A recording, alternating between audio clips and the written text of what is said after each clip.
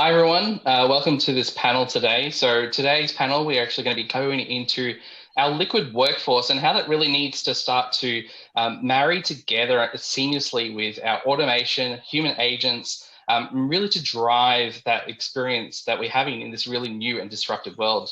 So all of us are kind of on this journey at the moment, on this path to become these omni agents who can do everything we need.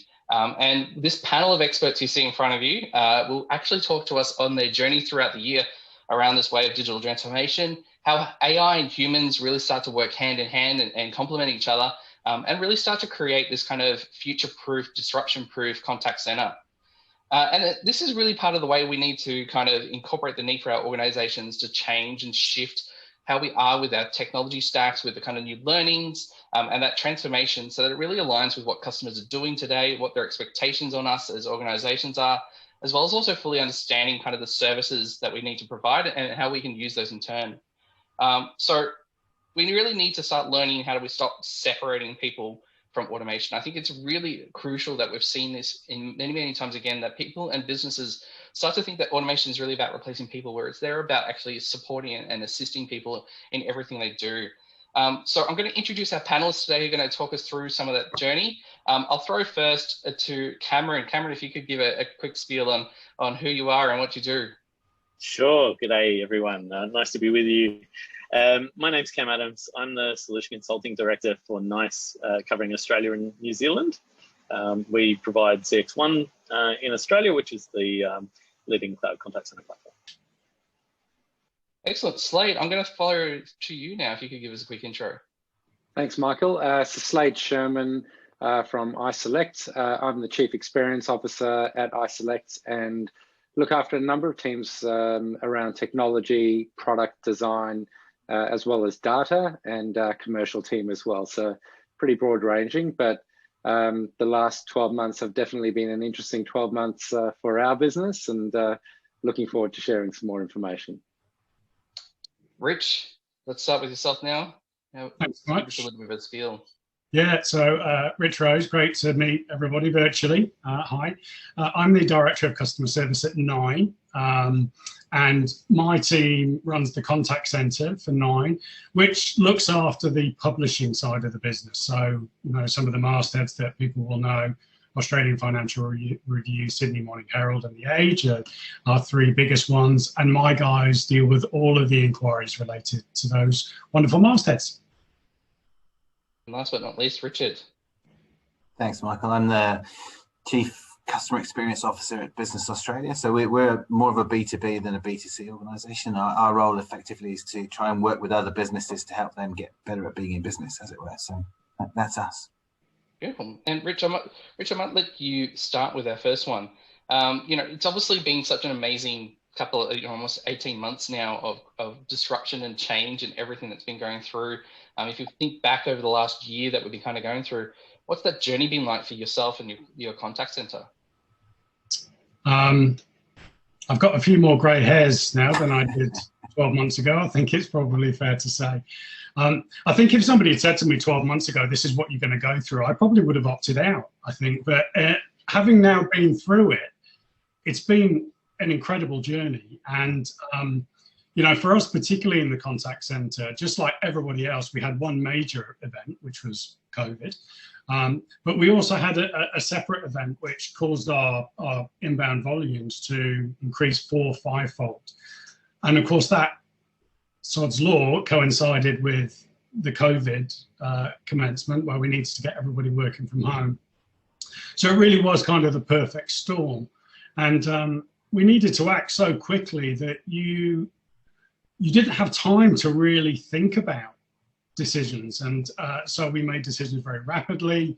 Obviously, the #1 priority was the safety and welfare of our people. So getting them working from home was the #1 priority. And, you know, thankfully with the CX1 solution, as long as you've got a laptop and an internet connection, you can kind of work anywhere. So it was pretty seamless for us getting our guys working from home. The biggest issue then was just making sure that their engagement levels don't drop, because we've made great strides in increasing those engagement levels.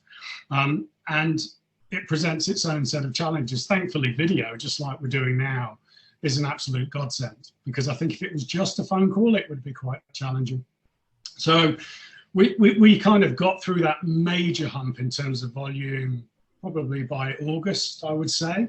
And then things started to settle down again. But obviously, whenever there was a COVID peak that led to a border closure, that would have an impact on our volumes. But thankfully, we've just been able to keep everything relatively on the straight and narrow. And a lot of that, without question, is down to the stability of the platform that we've been able to use. So a very challenging 12 months, but I can honestly say the most rewarding of my career. And I've spent more years than I care to mention in and around contact centers. You know, whilst the volumes, the absolute volumes that my guys deal with are not the biggest that I've dealt with in terms of the percentage increase that we had to deal with, I've never experienced anything like it. So it's been fun, entertaining, and thankfully with a platform that has been really quite wonderful for us. Excellent. I think we'll talk a little bit more about some of that journey as we go through the panel. Talking about volume increases on that journey for the year, I can't imagine, Slade, it must have been a massive year for iSelect. Like with you guys, you know, obviously comparison and things like insurances and all sorts of things, everyone's battened down the hatches a little bit with the economy. You guys must have been kind of gone through the ringer through the year on this one, right? Yeah, I think it was a little bit too speed. If you were going to pick a time for the COVID disaster, if you like, to hit, you couldn't pick a worse time than March, because that's, you know, our biggest vertical is health insurance. And so mid-March is the period where we're usually the busiest in the year around the health insurance rate rise. So with COVID landing at that time, nobody was looking at health insurance. Everybody was looking at, you know, what might occur. So yeah, initially there was a significant kind of drop off in demand, which was very stressful at the time, but recovered that through the year because they did a health rate rise later in the year. And probably, you know, the story would echo a lot of what Rich had been through, in that, you know, prior to March, we'd never operated other than in a call center environment. COVID meant that we were all forced to move very quickly to that work from home. And that's resulted in some really good opportunities. Like today, we now recruit for agents anywhere in Australia, as opposed to just in the southeast corridor of Melbourne. So that means that you've got a much better, broader, you know, talent set to go after. And so that's been really positive. And then, yeah, look, as you say, there are some of the comparison areas where you just had significant increases in demand.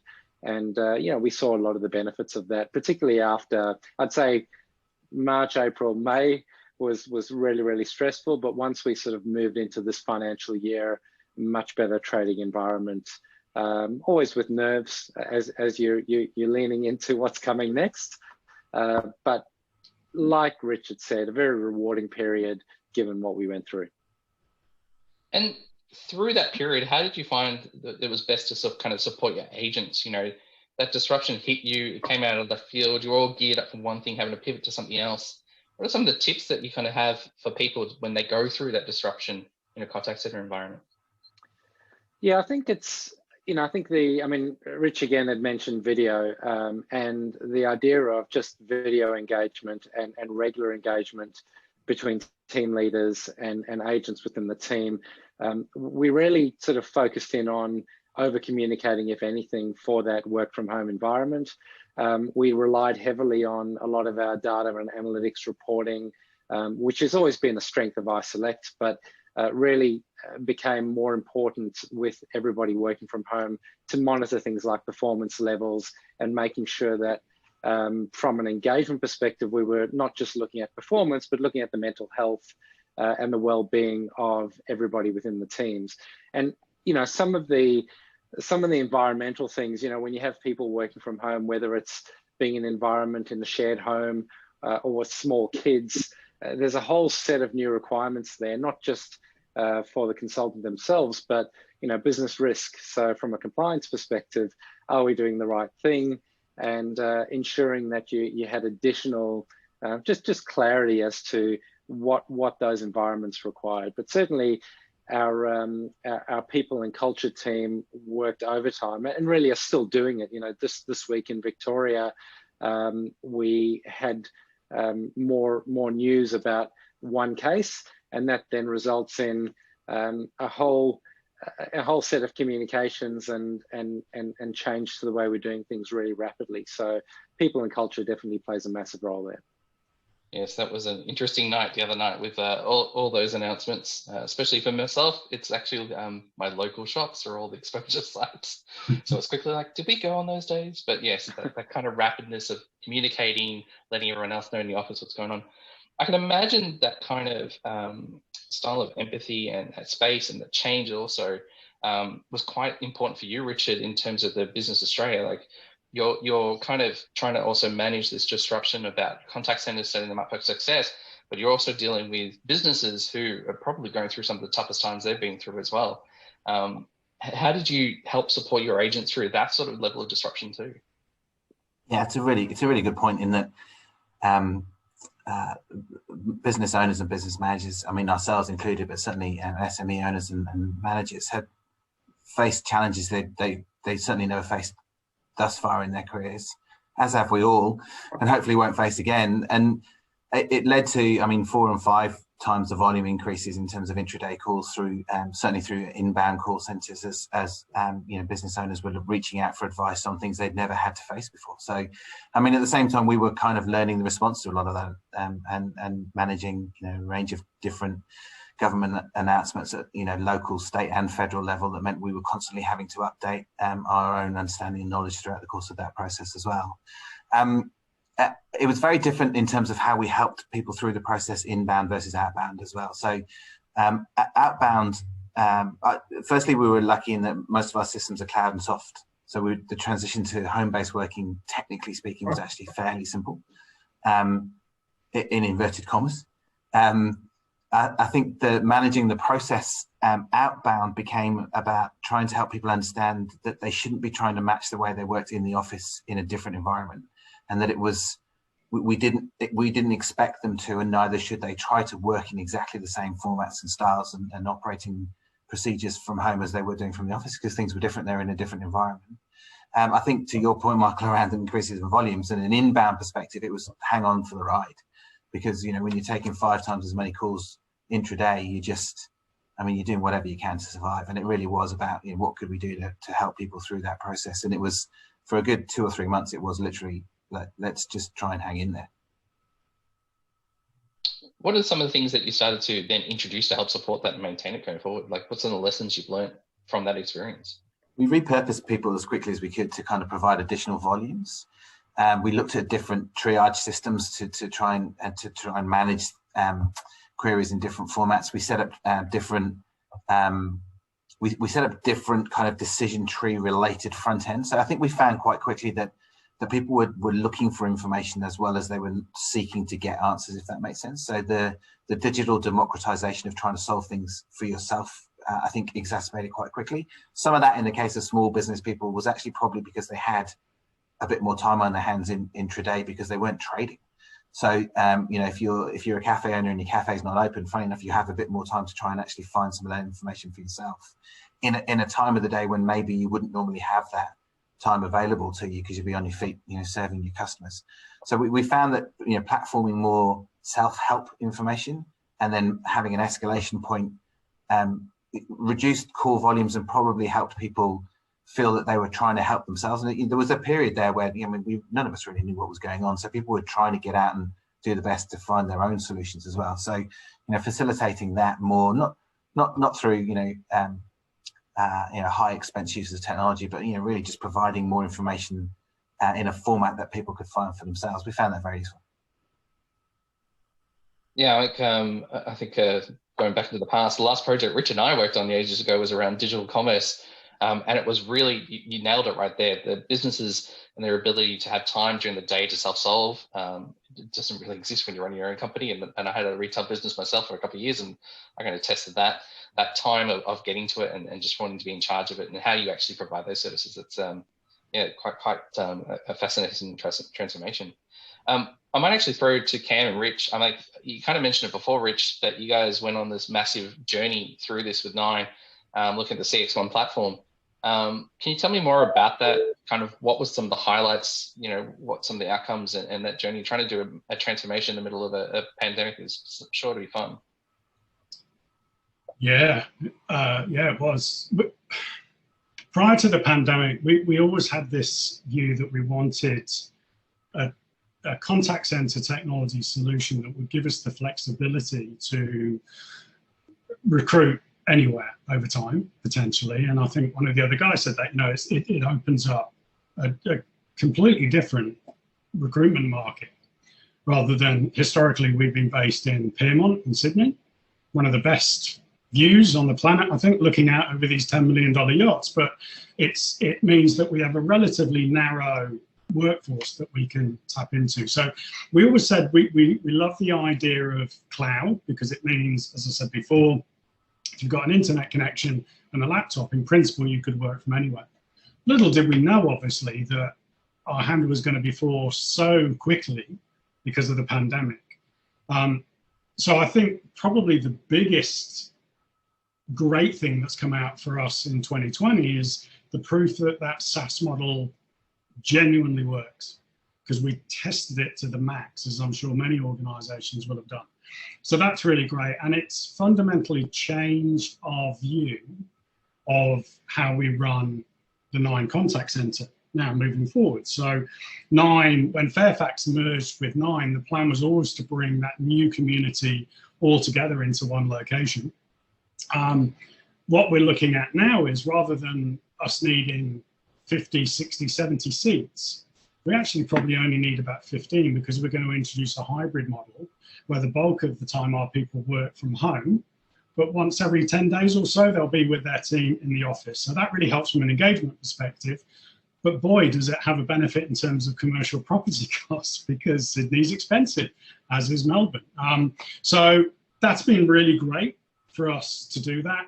I think the other thing that we've proven is, with an offering like CX1, where there's almost like a pick and mix option. You could go for the full bells and whistles on day one. We didn't do that. And that was pretty much by design, because I think you want to get the fundamentals right and then you add layers onto it. And even though, as with the other guys, our volumes have been off the charts in 2020, we have been able to add extra layers to it. So we've just introduced post-call surveys at the back of it. And again, if you'd said to me back when the pandemic started that we'd actually be looking to build on the offering, I just would have laughed. But the stability that we've had in the platform has been just so good that quality of service has not been an issue. And it's enabled us to look at how we can scale up our offering. And that obviously creates the opportunity to deliver better customer and people experiences. Yeah, so I hope that goes some way to answer the question. From your side of the world, Cam, because obviously you would have been working with them on this, how do you find it easier to deal with it, that kind of try to build up? What's kind of that relationship that you need to be able to pivot that quickly into a cloud environment? Yeah, look, I think I think Nine faced a rate of change that even was a step above that everyone else faced over the last, 12, 18 months, the pandemic on top of all that other stuff that Rich was talking about. And I think, what we found working with Nine and working with a lot of our other customers was that, we needed to collaborate to be able to, deliver adaptation to that change in a really agile way. And so a lot of what we've been doing over the last 12 months with Nine, with others, has been about, rolling with the punches and really, making rapid changes within the platform to accommodate increased call volumes, to redesign call flows, to be able to, change the technology that delivers voice to agents to enable them to work from home. These sorts of adaptive changes, and we've been able to do them very, very quickly, and that's been great. But I think what this has shown us and shown Nine and probably many other organizations is the speed limits we thought were there are probably not really there. We can actually all move a lot faster than we thought. What I'm excited to see as we move into this year, and Rich hinted at it, is we can turn that same level of kind of adaptability and responsiveness and agility to adding more value to the people who work in the contact center and the people that they serve, through things like listening to them more effectively with feedback management, you know, improving the way that agents interact with customers by giving them better, more relevant information in the moment. And so, you know, great to see that step change of pace. And I think that that's just going to keep going, you know, that fast adaptation. That true agile dream. Yeah, indeed. If I can just add to that, because I did miss one really important point, which the beauty of that kind of SaaS-based platform is the ability to very rapidly scale up and scale down. Because if you've gone for a more traditional on-prem solution and you want to get another 50 agents tomorrow, you're probably looking at a bunch of significant capital requests for hardware, probably several months of lead times, and by the time it all happens, that ship has long sailed. We were literally kind of scaling up in terms of port utilization and down almost intraday at times, so a massive benefit. You almost took what I was about to ask you, Rich, was, you know, how do we actually get through that process? You know, traditionally, all of us kind of from big organizations, we go through very fun business casing, financial investment, change management, and the likes. Like, how did you kind of get around, or not get around, but how did you adapt to be able to do this in the environment and kind of get that through, especially dipping your toe in? Because I'm pretty sure a lot of organizations have that same struggle of how do I make this change quickly, but securely, with that financial view. Yeah, I think the one thing that 2020 has shown us more than anything is that certainty is anything but. The only certainty is uncertainty. And for us, the beauty of a CX1, you know, a cloud-based solution, is that it does give you that surety around scalability, but also surety around cost, because it's not as if, as I said, you're suddenly going to ask for another 50 agents and that's going to require a bunch more servers in a comms room somewhere that are going to cost hundreds of thousands of dollars. It's a very clear view on, well, clearly it's going to increase your licensing costs in total, but you know exactly what that is. And then once you're through it, then you can scale it back down again. So in an unsure world, having surety around the ability to scale up and down and surety around the pricing for us is critical, because, you know, we're no different to any business. We have a responsibility to our shareholders, and that means from a profitability perspective, we obviously focus on our revenues, but we also need to manage our costs appropriately as well. So being able to flex that way and knowing exactly what that means from a cost perspective has been critical for us. Slade, has that been a similar change that's undergone at iSelect, or were you guys almost being sort of newer in the scene than a few of our organizations, kind of already built around that rapid kind of investment models? In some areas, yes, and in some areas, no. I think with the engagement platform, we're on Genesis Pure Connect.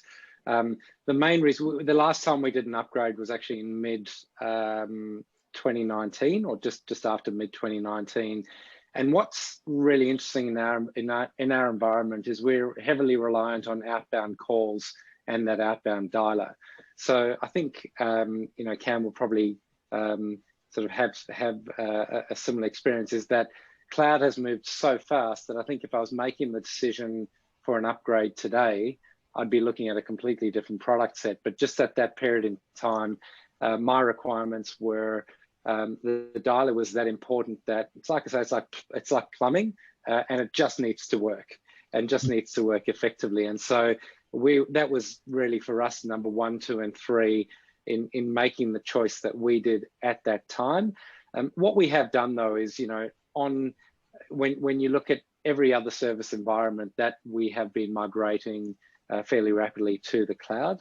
And even, you know, other kind of pure cloud environments, or that VMC style cloud environment, just to give us that flexibility. And we did have the benefits of that. One of our last major upgrades was in January, luckily last year, and that then enabled the work from home environment for us to scale up very quickly and achieve many of the benefits that Cam and Rich have spoken about. Not all of them, because we still have this hybrid environment at the moment. But certainly, it's, you know, from a progression forward, it's an area that we keep focused on. Some of the complexity just in an older environment is then how you match your various customer experience tools. Mostly for us, that sits in the data side within those new environments. So, for example, we have machine learning tools that will sort phone calls in a particular way for our purposes, or route a call to a particular agent based on their needs, or even treat people differently based on the information that they've entered into our website in terms of what they'll see on the next page or the next form. And so when you're doing those sorts of things, the orchestration of your web with your engagement platforms and then your machine learning platforms that have got their own set of heuristics, that all becomes, if you like, it's a complex cobweb of connections. And the difficulty as you have a more developed environment is just making change with all that in mind. Certainly sounds like a massive conductor. You know, I can imagine that massive sympathy going behind it.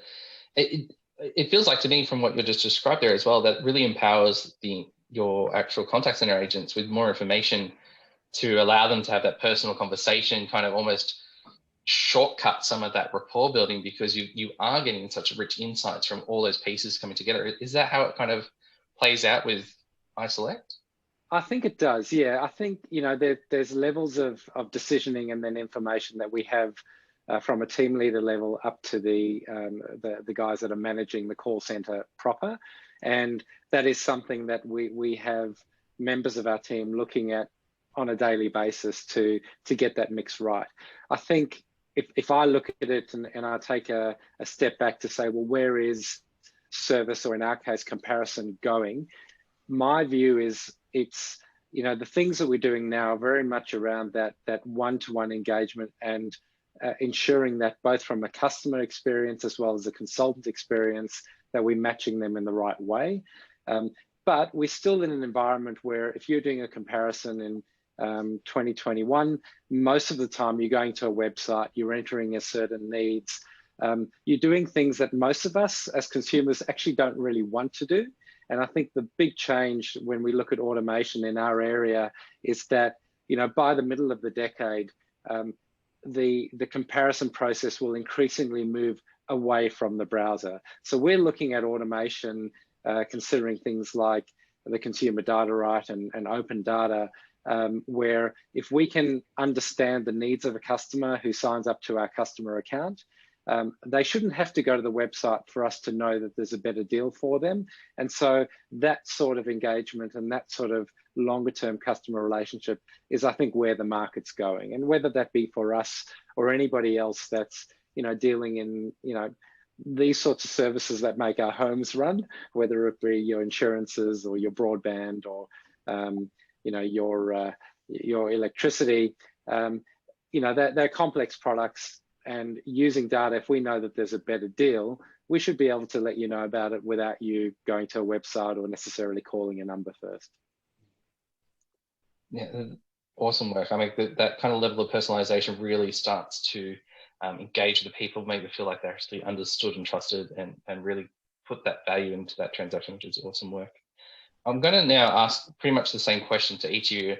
I am going to start with Cam first, because you're in the top corner of my screen. I don't know what you like on each of yours, but, you know, what are the developments now that we're starting to see? What's the kind of things that are coming up now that are really going to start driving not only that employee engagement, but how we build that omni agent and the kind of stuff that we need to do to really provide that cool, seamless CX to our customers? Yeah, there's probably two interesting ones I want to highlight that we're seeing, and it goes a little bit to what Slade was talking about, which is, you know, why should we make people go to the effort of trying to, you know, answer lots of questions if when we, you know, apply advanced technologies, we can actually answer those questions in an automated way. And that extends to, you know, something as basic as contact center quality assurance. you know, every contact center does this. They check, you know, are agents communicating effectively? Are they building rapport, actively listening, and so on and so forth. But with developments in machine learning technology, we've been able to productize a bunch of models that can actually assess those sorts of behavioral characteristics on every single call that takes place, and it gives a much more objective view into somebody's kind of performance around behavioral and quality metrics. We call it Enlighten, and you know, it's something that we've seen make a really, really big difference in a lot of contact centers. So very excited that that's coming around in Australia. Looking forward to rolling that out. The other one that we're seeing, of course, is that you know, COVID has accelerated a sort of divergence or diversification of the workforce. You've got people in a lot of different locations. They're servicing customers via many, many different channels.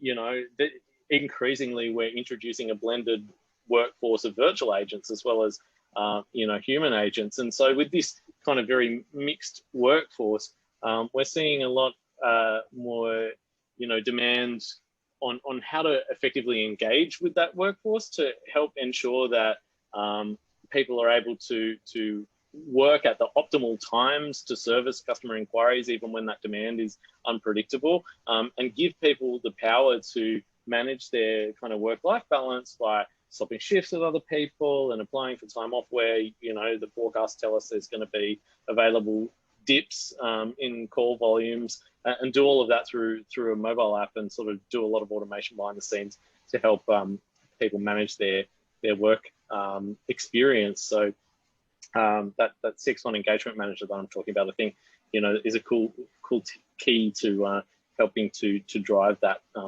you know, flexibility as the workforce kind of fragments. Yeah, I mean, it's an important thing being able to manage your life. It's a very different circumstance now, being able to go do the school run when needed, being able to change your shift on the fly. It's really cool things of what companies are starting to look at and do, and really support our employees. Richard, for yourself, you know, with Business Australia, what's kind of the things that you guys are watching and monitoring for the same space, like things that are going to help you keep your employees engaged and moving as we go forward? Yeah, look, I think I would echo Cam's points around flexible working arrangements, flexibility in location, flexibility in shift patterns. That all makes a lot of sense. And I think, ironically, or paradoxically even, we've all probably never worked as hard as we have in the last 12 months, but we've probably had a better work-life balance at the same time, which is quite an unusual thing to achieve. I think the thing we're focusing on most, I think where Slade was going at the end of what he said most recently, is we'd like to try and get to a position where we can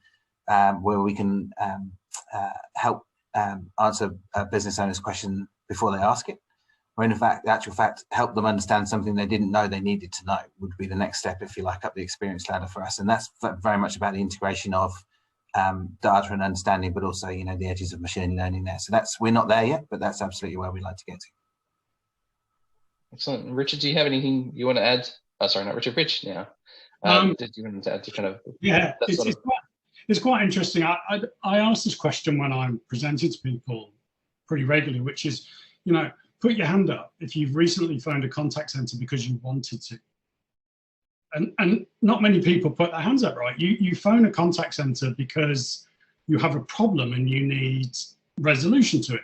So resolution is the most important thing. That said, we do get a few people who call us just for a chat, I think, but they're definitely an exception to the norm. So the job, therefore, is about resolution. And if you can provide that resolution without the need for them to contact you, so that you're creating space for those customers who really do need that human support, and I do believe that will be around forever. I honestly believe that. That's obviously a great destination to aim towards. In my view, and this is going to be a major focus for us in 2021, it's how do you work really effectively with your product teams, your technology teams, and your digital teams in a truly cross-company approach, as opposed to in a siloed approach, which I've seen happen in many organizations. Because consumers don't work in silos, they work this way. So we've spent a lot of time really building the relationships with tech, product, and our digital guys to ensure that we're working collaboratively on one end game, which is about providing a better experience to our our subscribers in 9. And I would just add to it, in our experience, there's nobody better than your agents to tell you what's really going on, because they're the ones that are doing it intraday. 50, 60 times in a day, they're speaking to our subscribers. So we do what we can to try and involve them in the design, because frankly, they know it better than we do. Yeah, exactly right. That whole voice of agent, voice of customer all together gives us that true end-to-end picture, and really running across the service mechanism, not the silos of our business, but actually the services we provide to our customers. I think we're probably getting towards the end of our time, unfortunately. I'd like to thank all our panelists. Now, as this is a pre-recorded session, we didn't have time for Q&A within the session, but we will be able to catch a Q&A through the platform that we're running within CCW Disrupt. So I'm sure to say for everyone here, if we get a bunch of questions from participants, we can send them through to each of you and get responses back. But thank you very much for your time today. We hope everyone who is watching this stream enjoyed it. There's some really cool, crazy stories from very different perspectives in here, which is great. And thank you very much. Thanks, everyone. Thanks, everyone. Thanks, everyone.